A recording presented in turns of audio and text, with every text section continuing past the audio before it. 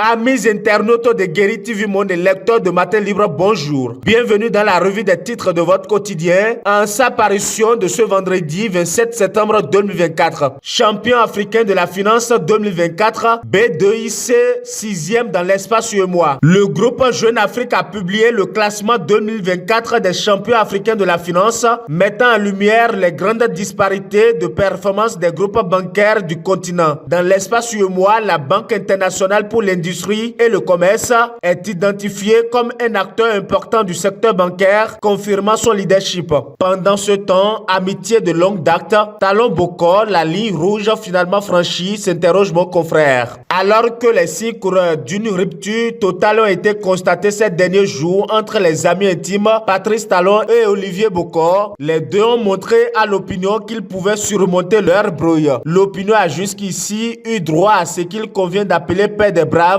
entre les deux hommes. Seulement, c'est sans compter sur cette nébuleuse affaire de tentative de coup d'État dont est accusé Olivier Bokor sur Patrice Talon, qui devrait ainsi caillasser ce record en amitié. Toujours sur le même sujet, affaire tentative de coup d'État au Bénin, la part de vérité de NCA Banque Côte d'Ivoire. Intervenant pour apporter des clarifications au sujet de l'interpellation des sueurs Olivier Bokor et Oswald Omeki, ancien ministre des Sports, poursuivi dans une affaire de tentative de coup d'État, le procureur spécial de la Cour de répression des infractions économiques et du terrorisme, CRIET, Mario Metonou, a informé de l'ouverture d'un compte le 6 août 2024 dans les livres de la NCA Banque Côte d'Ivoire au profit du commandant de la garde républicaine. La preuve de l'ouverture du compte a été transmise aux bénéficiaires avec un solde initial de 105 millions de francs CFA, a précisé le procureur. Dernier titre à la une de votre quotidien, pétrole nigérien à Semekodi, un troisième chargement de 150 000 tonnes de brut en cours, nous apprend le journal. Le brut nigérien coule à nouveau sur la plateforme de stockage au Bénin. Autrement, un nouveau navire a accosté pour un troisième chargement de ce pétrole qui quitte le Niger via le pipeline liant les deux pays. Amis internautes de Guéri TV Monde et lecteurs de Matin Libre, ainsi s'achève la revue des titres de votre quotidien. Merci de nous avoir suivis. À bientôt.